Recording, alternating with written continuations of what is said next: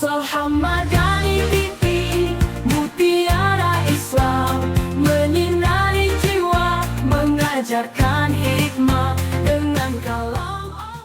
Assalamualaikum warahmatullahi wabarakatuh. Berjumpa lagi di channel @salamadani TV. Saluran yang menyajikan berbagai info keagamaan, baik tauhid, syariah, ibadah, maupun muamalah. Setiap episode menyajikan sesuatu yang menarik untuk memenuhi kebutuhan Anda.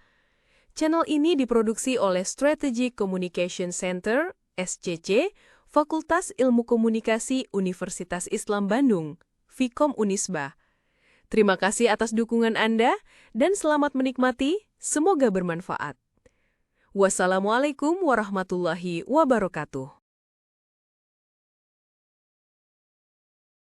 Ada satu kenyataan yang sering luput dari kesadaran kita sehari-hari.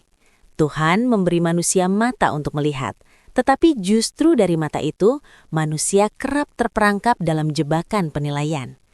Kita melihat orang lain, lalu seolah otomatis memberi label, menakar kemampuan, menebak isi hidup, bahkan menentukan harga diri seseorang hanya dari apa yang tampak di permukaan. Tanpa disadari, pandangan mata sering menipu. Realitas yang kita persepsikan tidak selalu sama dengan kenyataan. Ada masa ketika seseorang tampak baik, ternyata tidak.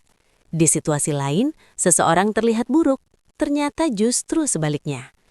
Penampilan luar sering membuat manusia merasa paling tahu, padahal sesungguhnya kita tidak pernah benar-benar memahami apa yang sedang terjadi di balik sosok yang berdiri di hadapan kita. Disinilah letak persoalan sosial yang sederhana tetapi dampaknya besar. Banyak orang masih menilai orang lain dari pakaian, gaya hidup, bahasa tubuh, atau simbol-simbol kelas sosial. Seseorang yang berpakaian biasa, lusuh, atau terlihat ndeso sering dianggap tidak mampu, tidak penting, bahkan tidak layak diperhatikan. Padahal bisa jadi dialah orang yang paling mampu. Alkisah, di sebuah dealer kendaraan, seorang bapak berpakaian sederhana datang berjalan kaki sambil membawa 2 kantong kresek hitam besar. Satpam yang melihatnya langsung bereaksi spontan. Bapak itu diusir karena dianggap tidak punya urusan dan hanya mengganggu. Tapi sang bapak tidak marah. Ia hanya tersenyum dan pergi begitu saja. Beberapa saat kemudian, seseorang yang melihat dan mengenali bapak itu memberitahu manajer bahwa orang yang diusir barusan ternyata salah satu orang terkaya di sebuah kabupaten di Jawa Barat. Manajer pun panik dan buru-buru mengejar untuk meminta maaf. Saat itulah baru diketahui isi kantong kresek itu adalah uang tunai untuk membeli 2 truk. Hampir saja dealer tersebut kehilangan konsumen penting. Peristiwa lainnya terjadi di pusat perbelanjaan Bandung. Petugas sales mobil bersikap dingin ketika melihat seorang pengunjung yang berpakaian kaos, bercelana pendek, dan hanya memakai sandal. Pengunjung itu tampak biasa saja, bahkan dianggap seperti orang tidak berduit. Orang itu diabaikan, namun sales lain menyambutnya dengan ramah. Ia tidak membedakan calon pembeli berdasarkan penampilan. Setelah ngobrol panjang lebar, pengunjung itu ternyata seorang dokter yang lama tinggal di Singapura dan baru kembali ke Indonesia. Rumahnya di kompleks elit di kota Bandung. Cerita pun berakhir manis. Tanpa banyak drama, pengunjung itu langsung memesan 1 unit mobil mewah.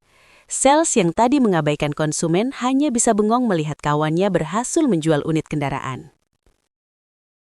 Ada kisah yang lebih dramatis. Seorang ibu berpakaian agak lusuh masuk membawa kantong kresek hitam besar.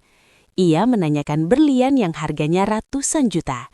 Secara kasat mata banyak orang mungkin akan mengira itu hanya tanya-tanya tanpa membeli. Namun seorang pramuniaga memilih tetap melayani dengan ramah. Yang terjadi kemudian seperti adegan sinetron. Ibu itu benar-benar membeli berlian mahal. Ia bayar cash dan isi kantong kresek hitamnya adalah uang ratusan juta. Pramuniaga itu bahkan membandingkan pengalamannya. Orang yang tampil perlente hanya membeli berlian kecil harga sekian jutaan. Sementara yang tampil sederhana justru berani membeli yang nilainya ratusan juta. 3 kisah di atas terjadi belasan tahun silam. Belum seperti sekarang di era pembayaran digital. transaksi elektronik melalui QRIS atau e-wallet. Kisah itu menyimpan pesan sosial yang sangat kuat. Kita terlalu sering bergantung pada apa yang terlihat, padahal panca indera manusia punya keterbatasan. Seringkali kita tidak tahu apa-apa tentang kehidupan seseorang. Kita hanya menebak-nebak, lalu menjatuhkan penilaian.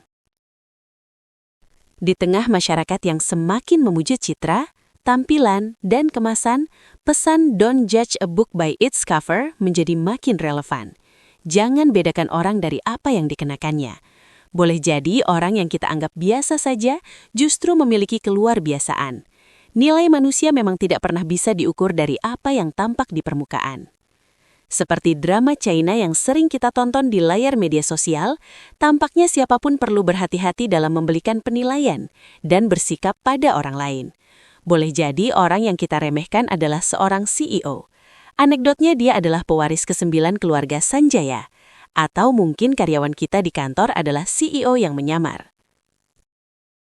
Kisah Umar bin Khattab, The Real CEO. Dalam sejarah Islam, ada kisah otentik yang diriwayatkan oleh Imam At-Tabari dalam Tarikh Ar-Rusul wal Muluk. Seorang Yahudi tua dari Fustat, Mesir menempuh perjalanan jauh ke Madinah untuk mengadu kepada Khalifah Umar bin Khattab.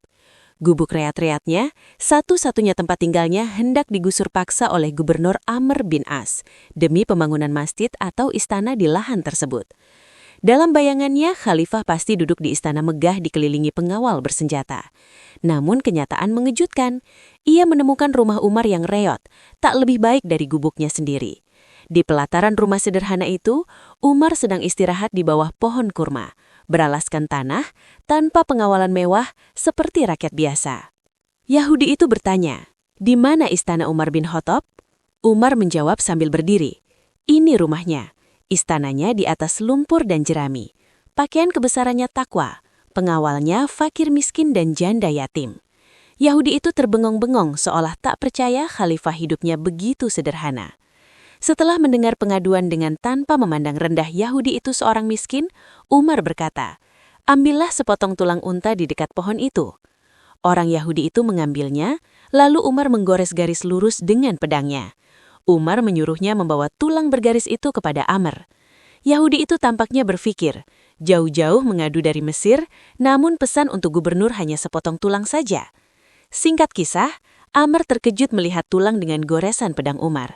Ia gemetar ketakutan. Ia paham itu teguran tegas. Jadilah lurus dalam keadilan. Penggusuran segera dibatalkan, dan Amr diperintahkan membangun ulang rumah itu. Umar tampak sederhana, tidur di rerumputan tanpa kemewahan, padahal ia adalah pemimpin adil yang melindungi hak siapapun termasuk minoritas. Dari penampilan yang apa adanya, sesungguhnya ia adalah pemegang kekuasaan yang terbentang sepanjang Andalusia hingga Khorasan, dari Maroko hingga Persia. Kini kita mengenal wilayah kekuasaan Islam tersebut dengan sebutan Spanyol, Portugal, Maroko, Aljazair, Tunisia, Libya, Irak, Iran, Turkmenistan, Uzbekistan, Afghanistan, sampai wilayah sekitar timur laut Iran. Khalifah Umar tidak kaleng-kaleng. Ia adalah seorang CEO sejati yang menyamar. Islam mengajarkan kemuliaan seseorang tidak ditentukan oleh penampilan, harta, atau status sosial, melainkan ketakwaannya. Islam mengingatkan manusia agar tidak merendahkan orang lain, sebab bisa jadi orang yang tampak biasa saja justru lebih mulia di sisi Allah.